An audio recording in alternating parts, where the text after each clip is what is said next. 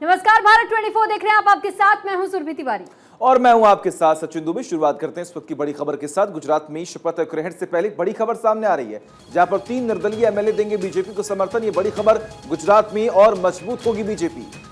तो फिलहाल 3 और निर्दलीय एमएलए का साथ भी अब बीजेपी को मिल चुका है। हालांकि सुगबुगाहट जिस तरीके से पहले ही तेज हो रही थी कि हो सकता है कि कुछ और चेहरे और कुछ और नाम जो कि बीजेपी में शामिल हो सकते हैं, और अब ये माना जा रहा है कि 3 और निर्दलीय एमएलए जो बीजेपी का दामन थाम चुके हैं, उनका भी समर्थन मिल गया। और वो तस्वीरें भी हम आपको इस वक्त दिखा रहे हैं कि देखिए किस तरीके से बीजेपी का कुनबा थोड़ा और बढ़ते हुए।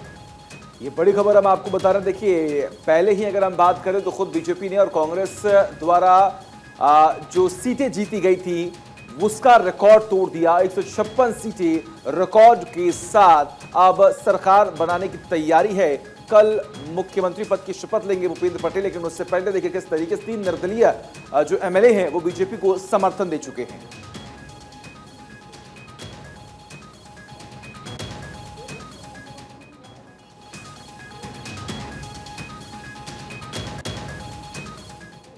और वहीं गुजरात में आम आदमी पार्टी को लग सकता है बड़ा झटका। बीजेपी में शामिल हो सकते हैं आम आदमी पार्टी के विधायक। बीजेपी से आप विधायकों की बातचीत शुरू हुई है। सूत्रों के हवाले से खबर सामने आ रही है, भूपत भाई बयानी से बीजेपी में शामिल हो सकते हैं। ये बड़ी खबर हम आपको बता रहे हैं। देखिए, खबर ये सामने आ रही है कि भूपत भाई बीजेपी में शामिल हो सकते हैं और आम आदमी पार्टी के और भी तमाम जो ऐसे एमएलए हैं जो जीते हैं, खबर ये सामने आ रही है कि वो अब बीजेपी ज्वाइन कर सकते हैं। सूत्रों के हवाले से खबर सामने आ रही है, बीजेपी में शामिल हो सकते हैं आप विधायक। ये बड़ी खबर, अहम जानकारी हम आपको लगातार बता रहे हैं। तो देखिए, जो निर्दलीय विधायक हैं उन्होंने अपना समर्थन तो दे ही दिया बीजेपी को, लेकिन देखिए शपथ ग्रहण समारोह से पहले किस तरीके से आम आदमी पार्टी को एक बड़ा झटका लगने की उम्मीद है।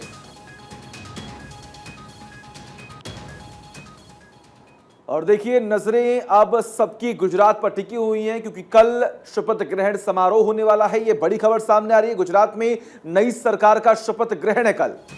तो भूपेंद्र पटेल दूसरी बार सीएम पद की शपथ लेंगे। पीएम मोदी, अमित शाह होंगे शामिल। बीजेपी शासित राज्यों के सीएम भी शामिल होंगे। हालांकि जो तस्वीरें इस वक्त बीजेपी से सामने आ रही है, क्योंकि बीजेपी में जहां एक और कई ऐसे एमएलए जो कि निर्दलीय तौर पर जिन्होंने चुनाव लड़ा और बीजेपी में शामिल हुए, वहीं आम आदमी पार्टी से भी टूट करके अब बीजेपी में कुछ और विधायकों के नाम जुड़ने की खबर सामने आ रही है। तो इस बीच ये भी जानकारी आपको दे दें कि भूपेंद्र पटेल का कल शपथ ग्रहण समारोह है, जिसमें कि तमाम दिग्गज चेहरे जैसे पीएम मोदी, अमित शाह मौजूद रहेंगे और भूपेंद्र पटेल का ये दूसरा कार्यकाल होगा।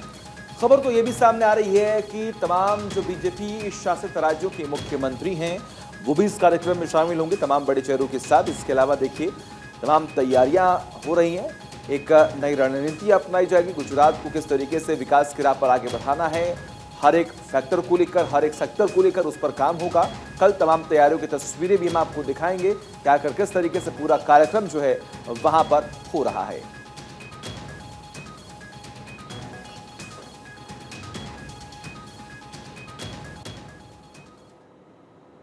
और देखिए, आगे बढ़ते हैं। वाराणसी के दौरे पर सीएम योगी आदित्यनाथ हैं। काशी विश्वनाथ धाम में उन्होंने पूजा अर्चना की है। प्रबुद्ध वर्ग सम्मेलन में मुख्यमंत्री योगी आदित्यनाथ का संबोधन भी देखा गया और साथ ही साथ सरकार ने काशी के विकास का संकल्प भी लिया है। काशी का विकास पूरी रफ्तार से जारी है, ये बड़ी खबर हम आपको बता रहे हैं। देखिए किस तरीके से मुख्यमंत्री योगी आदित्यनाथ पहुंचे हैं वाराणसी, और वाराणसी में पहुंचने के बाद उन्होंने पूजा अर्चना भी की है। और उसके बाद आपको बता दें तो जनता को संबोधित भी किया। तमाम तैयारियां लगातार हम आपको दिखा रहे हैं, कार्यक्रम में शिरकत की। इसके अलावा प्रदेश को, काशी को किस तरीके से और सुंदर बनाना है, किस तरीके से विकास कार्य करने हैं, तमाम अलग अलग पहलुओं को लेकर मुख्यमंत्री योगी आदित्यनाथ काम करते हुए नजर आए। तो हालांकि पूजा अर्चना करने के दौरान की वो तस्वीर भी हम आपको दिखा रहे हैं, जब सीएम योगी आदित्यनाथ खुद मंदिर के भीतर मौजूद थे। और साथ ही साथ देखिए, लोगों से भी जिस दौरान उन्होंने मुलाकात किया, उनको संबोधित किया, उन्होंने इस बात का जिक्र किया कि हमारी सरकार इस बात का संकल्प लेती है कि आने वाले समय में काशी को और विकसित किया जाएगा, यानी कि विकास की गति और ज़्यादा बनारस में देखने को मिलेगी। वाराणसी को लेकर के हालांकि पहले से ही कहीं ना कहीं सीएम योगी आदित्यनाथ हमेशा इसी अवतार में नजर आते हैं कि कुछ जो परियोजनाएं होती है, परियोजनाओं को लाना, या फिर ये कहे कि विकास के लिए जो भी अन्य कार्य होते हैं, हर चीज में बढ़ चढ़ करके हिस्सा लेने के लिए सबसे मुखर तौर पर वो अपनी बातों को भी रखते हैं और कार्य भी करते हुए नजर आते हैं। ये बड़ी खबर हम आपको बता रहे हैं। देखिए तस्वीरें आपके सामने है, काशी में मुख्यमंत्री योगी, तो वही दूसरी तरफ देखिए किस तरीके से शिव साधना में लीन है, भक्ति में लीन है मुख्यमंत्री योगी आदित्यनाथ। पूजा अर्चना करते हुए आप देख पा रहे हैं। दो तस्वीरें आपके सामने, जनता का जनसैलाब वहां पर उमड़ा। तमाम कड़ी सुरक्षा के बीच में सीएम योगी पहुंचे और वहां पर पहुंचने के बाद उन्होंने कार्यक्रम में शिरकत भी की। और जैसा कि हम लगातार जिक्र कर रहे हैं कि प्रदेश और आम जनता की तमाम समस्याओं का समाधान किस तरीके से हो सके, जो तमाम वादे किए गए थे उसको कैसे पूरा किया जा सके, लॉ एंड ऑर्डर को लेकर किस तरीके से काम किया जाए, इंफ्रास्ट्रक्चर को लेकर किस तरीके से काम किया जाए, हर एक फैक्टर पर, हर एक सेक्टर को लेकर लगातार मुख्यमंत्री काम करते हुए नजर आते हैं। तो वहीं उत्तर प्रदेश में होने वाले इन्वेस्टर समिट को लेकर के सीएम योगी की टीम को विदेशों में भी अब पूरा सहयोग मिलता दिख रहा है। उत्तर प्रदेश को 1 ट्रिलियन की इकोनॉमी बनाने के लिए सीएम योगी पूरी तरह एक्शन मोड में दिख रहे हैं और इसी के तहत उत्तर प्रदेश में निवेश लाने के लिए सीएम योगी की टीमें दुनिया के कई देशों के दौरे पर है, जहां पर सीएम योगी की टीमों को कामयाबी मिलती भी दिखाई दे रही है। और अब आपको बताते हैं कि किन निवेशकों ने योगी सरकार पर भरोसा करते हुए on the spot MOU sign किया। कनाडा की माई हेल्थ सेंटर कंपनी ने एमओयू पर साइन किया है। कंपनी के सीईओ सुरेश मदान ने एमओयू पर साइन किए। 2050 करोड़ रुपए के एमओयू पर दस्तखत हुए। कानपुर में मल्टी स्पेशलिटी अस्पताल खोलेगी ये company. Medical device manufacturing unit भी शुरू की जाएगी और जर्मनी के फ्रैंकफर्ट में नंदगोपाल नंदी का रोड शो भी होगा। उत्तर प्रदेश के औद्योगिक विकास मंत्री हैं नंदगोपाल नंदी। जर्मनी उद्योगपतियों को निवेश के लिए आमंत्रित किया गया। उत्तर प्रदेश पीडब्ल्यूडी मंत्री जितिन प्रसाद ने निवेशकों को जानकारी दी। अपर मुख्य सचिव नवनीत सहगल ने भी जानकारी दी। राज्य सरकार की कोशिश के बारे में निवेशकों को बताया। इंफ्रास्ट्रक्चर सुधार नीति में बदलाव के बारे में भी बताया। तो एमएसएमई के बड़े बेस और साथ ही फूड बास्केट जैसी मजबूती प्रेजेंट की गई। जर्मनी के तमाम बड़े उद्योगपति कार्यक्रम में शामिल रहे। प्रतिनिधिमंडल ने जर्मन व्यापार समुदाय को जानकारी दी कि शहर के मेयर उवे बेकर के साथ भी विचार विमर्श हुआ। उत्तर प्रदेश और फ्रैंकफर्ट के बीच स्किल्ड मैन पावर पर चर्चा हुई। एविएशन, मोबिलिटी, फार्मास्यूटिकल में साझेदारी पर चर्चा, आईटी सेक्टर में वोकेशनल ट्रेनिंग की साझेदारी पर चर्चा हुई है। तो देखिए किस तरीके से निवेश को लेकर प्रदेश में काम हो रहा है। तमाम बैठकें हो रही हैं और मुख्यमंत्री योगी आदित्यनाथ की टीम लगातार अलग अलग जगहों का दौरा कर रही है, सिर्फ इसलिए कि अगर किस तरीके से जो इंडस्ट्रियल सेक्टर है, मैन्युफैक्चर सेक्टर है, उसे आगे बढ़ाया जाए, हेल्थ सेक्टर है उसे किस तरीके से बढ़ाया जाए। तो निवेश को लेकर ये तमाम जो खबरें सामने आ रही है उसकी हर एक डिटेल हमने आपको दी कि आखिर कौन कौन सी कंपनी है जब उत्तर प्रदेश में निवेश करने वाली है।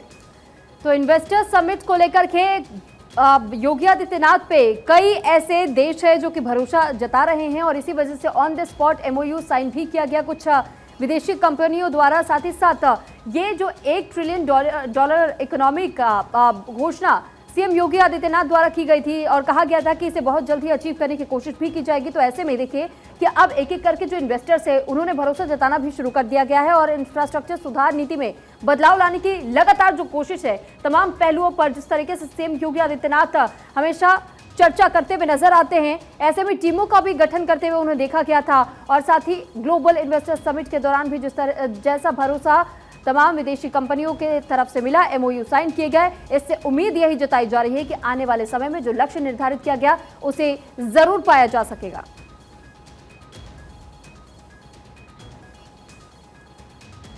चलिए आगे बढ़ते हैं। समाजवादी पार्टी के महासचिव रामगोपाल यादव ने कहा कि मैनपुरी में डिंपल यादव की जीत से प्रदेश और देश की राजनीति को नई दिशा मिलेगी।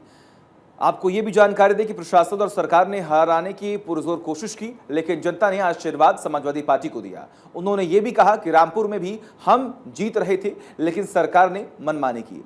रामगोपाल यादव से खास बातचीत की हमारे सहयोगी अक्षय राय ने, सुनिए। किस तरह से अब आगे बढ़ेगी पार्टी? पार्टी निरंतर काम कर ही रही बढ़ने के लिए। जनता के बीच जा रहे हैं हमारे नेता लोग, नीचे से लेके ऊपर स्तर तक सब काम कर रहा है और जनता का समर्थन है। जनता ने मैनपुरी में और यहाँ खतौली में और रामपुर में भी जनता का समर्थन और ज़्यादा है।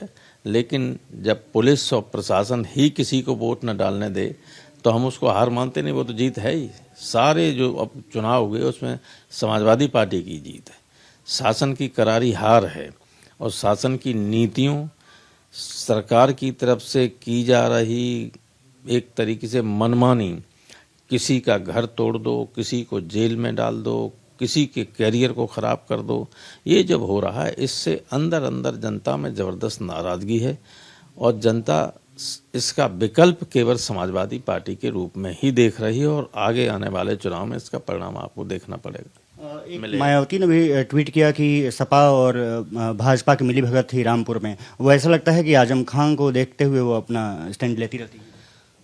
उनकी बात का अब कोई नोटिस नहीं ले रहा। यूनिफॉर्म सिविल कोड लगातार चर्चा में है सर। किरोड़ीलाल मीणा ने जिस तरह से प्राइवेट मेंबर बिल बनाया, बीजेपी ने उसको ऐसा लगता है कि बैकअप किया। देश में कुछ अलग तरीके की किरोड़ीलाल मीणा शेड्यूल्ड ट्राइब से आते हैं, उनको यही नहीं मालूम है कि ये विधेयक, ये जो यूनिफॉर्म सिविल कोड है, वो कोड जो है वो आदिवासियों के खिलाफ भी उन्हें यही नहीं मालूम।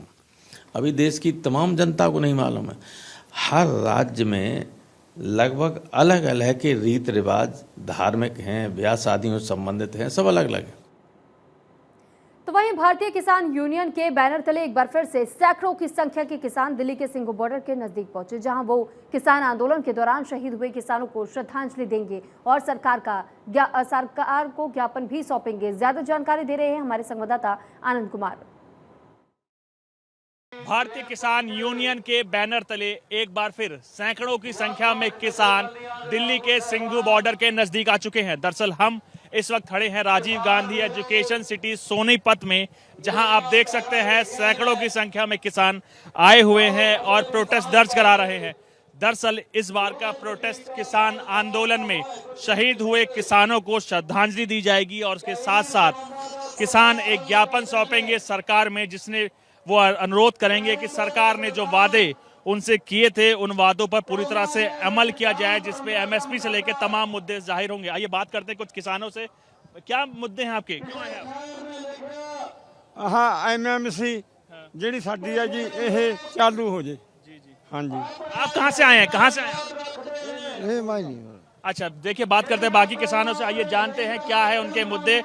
पाजी कहाँ से आए हैं आप? कहाँ से आए हैं? फरीदकोट से। क्या मुद्दे हैं आपके? क्यों आए हैं?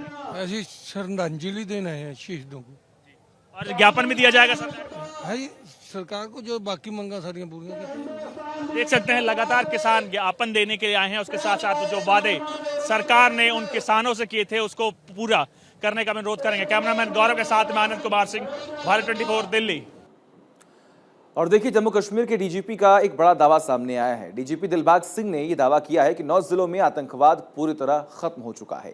एक जिले में सिर्फ 3 से 4 आतंकी एक्टिव हैं। आतंकियों के खात्मे के लिए ये एक ऑपरेशन हम चला रहे हैं। जम्मू कश्मीर के डीजीपी दिलबाग सिंह ने बड़ा दावा करते हुए उन्होंने बताया कि सुरक्षा बलों ने कश्मीर घाटी के आतंकवाद का करीब सफाया करने में कामयाबी हासिल कर ली है। श्रीनगर में पैडल फॉर पीस कार्यक्रम में हिस्सा लेने पहुंचे डीजीपी दिलबाग सिंह ने बताया कि जम्मू कश्मीर के 10 जिलों में से 9 में आतंकियों को पूरी तरह से सफाया उनका हो चुका है, जबकि सिर्फ एक जिले में महज 3 से 4 आतंकवादी एक्टिव बचे हैं, जिन्हें जल्द ही खत्म कर लिया जाएगा। डीजीपी दिलबाग सिंह ने बताया कि पाकिस्तानी खुफिया एजेंसियां घाटी में जिस तरह से शांति भंग करने और आतंकी हमले की साजिश रच रही हैं, उससे जम्मू कश्मीर पुलिस और सुरक्षा बल पूरी तरह से वाकिफ है। ऐसे में रोजाना ही आतंकी साजिश और आतंकी मॉड्यूल को नाकाम किया जा रहा है। डीजीपी दिलबाग सिंह ने यह भी कहा कि कश्मीरी पंडितों और गैर मुस्लिम लोगों पर होने वाले हमले के खिलाफ पुलिस ने कमर कस ली है और लोगों को पूरी सुरक्षा दी जा रही है।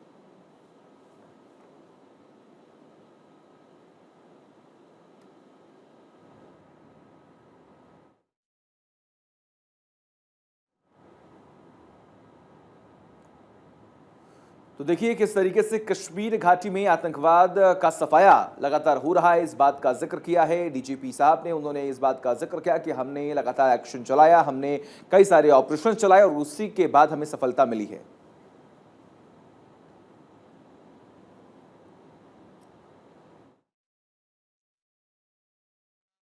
एक्टिव एक्शन की ज़रूरत है। मुझे लगता है कि उससे ज़्यादा प्रोएक्टिव होकर काम किया जा रहा है। पुलिस और सिक्योरिटी फोर्सेस मिलकर के हर तरह की जो साजिश सरहद पार से पाकिस्तान की एजेंसीज के द्वारा बनाई जाती, जहां के अमन अमान को ख़राब करने के लिए, उसको नाकाम किया जा रहा है। मिलिटेंसी के आंकड़े अगर आप देखें तो लोवेस्ट लेवल पे मिलिटेंसी आज फिर से पहुंच चुकी है। इस अकेले साल के अंदर इतना ज़्यादा मिलिटेंसी का सफाया हुआ है कि अब जो मिलिटेंट इक्का दुक्का बनते भी हैं उनको 10 बार इस बात को सोचना पड़ता है कि ये रास्ता चुनने वाला है कि या तर्क करने वाला है। लोकल मुलाजिम को भी अगर कोई छोटा मोटा रिस्क आज के हालात में मौजूद है तो हम समझते हैं, मगर जितनी कार्रवाई सरकार की तरफ से, पुलिस की तरफ से, फोर्सेस की तरफ से ज़रूरत है वो की जा रही है। ऐसा तो है नहीं कि मिलिटेंसी पूरी तरीके से ख़त्म हुई है, मिलिटेंसी है अभी, मगर जितनी मिलिटेंसी है इसका थ्रेट न सिर्फ मुलाजिम को है बाकी लोगों को भी है। हमारी कोशिश है कि इस थ्रेट के इकोसिस्टम को पूरे माशरे से ख़त्म किया जाए और ख़ास तौर पे जो मुलाजिम हैं उनके लिए जहाँ जहाँ रहते हैं, जहाँ काम करते हैं, वहाँ पर सुरक्षा के बेहतर इंतजाम किए जाएँ।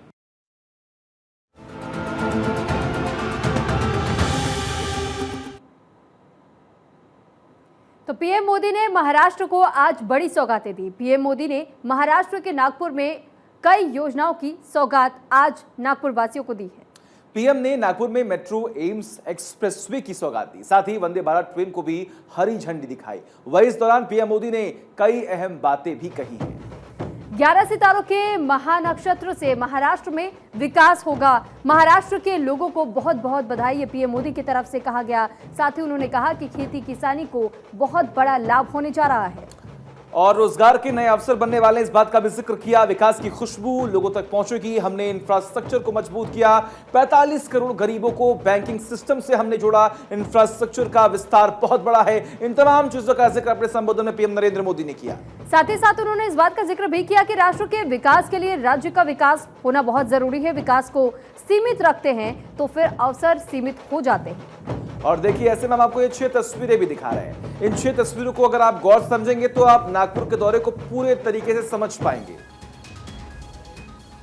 तो अब पीएम मोदी से जुड़ी 10 बड़ी बातें भी आपको बता देते हैं। विकास की खुशबू लोगों के लिए और एम्स से लोगों को फायदा पहुंचेगा, ये उन्होंने कहा। देखिए, डबल इंजन सरकार तेजी से काम कर रही है, आने वाले वक्त में और काम करेगी, इस बात का भी जिक्र किया। चौथी बड़ी बात क्या जानिए, महाराष्ट्र का विकास तेज गति से हो रहा है।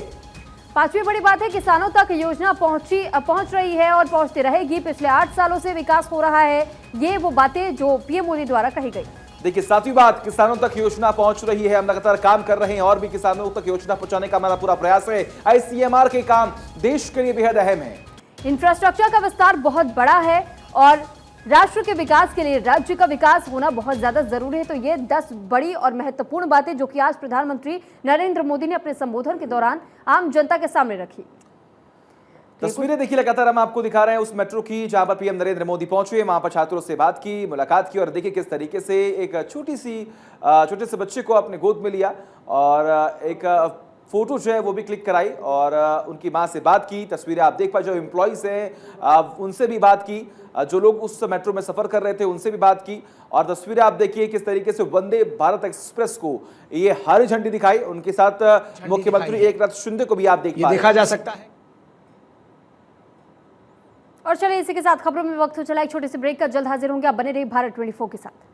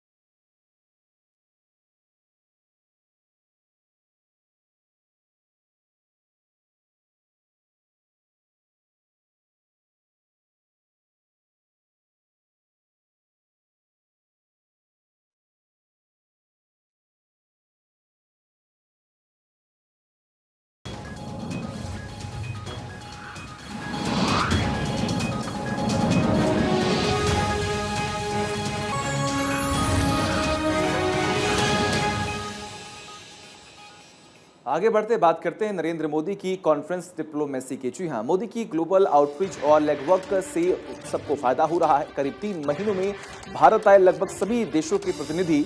अक्टूबर में इंटरपोल महासभा और इस कड़ी में बड़ी उपलब्धि हासिल की। इंटरपोल महासभा में आए थे करीब 195 देशों के प्रतिनिधि। मुंबई में अनकट में 15 देशों के सदस्य भी शामिल हुए थे। नवंबर में एनआईए का नो मनी फॉर टेरर सम्मेलन का आयोजन भी किया गया। नो मनी फॉर टेरर सम्मेलन के तीसरे संस्करण में 78 देश आए। अब G20 चेयरमैनशिप के साथ शेरपाओ की बैठक हुई ताकि अगले सितंबर में शिखर सम्मेलन की बन सके रूपरेखा। अब कैलेंडर पर बढ़ी डिप्लोमेट्स, ब्यूरोक्रेट्स, नेताओं की नजर।